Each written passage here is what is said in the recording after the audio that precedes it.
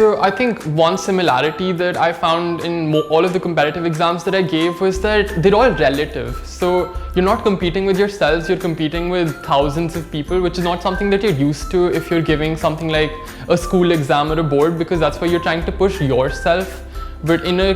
competitive exam, not only do you have to push yourself, you also have to make sure that you're strong relative to the other people that are giving the exam so that you can get a seat in the institute that you're aiming for.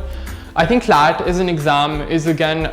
it's one of those exams that doesn't necessarily, it has a pattern, but it's not a linear exam in the sense that one year could be extremely difficult and the other year could be really easy as it was this year. So your preparation for CLAT needs to be that you have to give all sorts of mocks and you have to expect surprises in a sense, because that's what they always do. IPM, it wasn't essentially an exam that I thought I would clear because my maths isn't my strongest subject essentially. But I think the reason I cleared it was because I made sure that I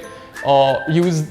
competitive exams tricks like putting the options in the question and leaving the right questions because there's negative marking. So I think in that sense, that's how I cleared IPM. And IPM requires you to have conceptual clarity on maths, and I think what helped me with that was of course my schooling, but also what I learned at Eptitude, because at the start of every class we used to have just discussing the concept, and I think that's something that stayed with me and I applied it during the exam as well.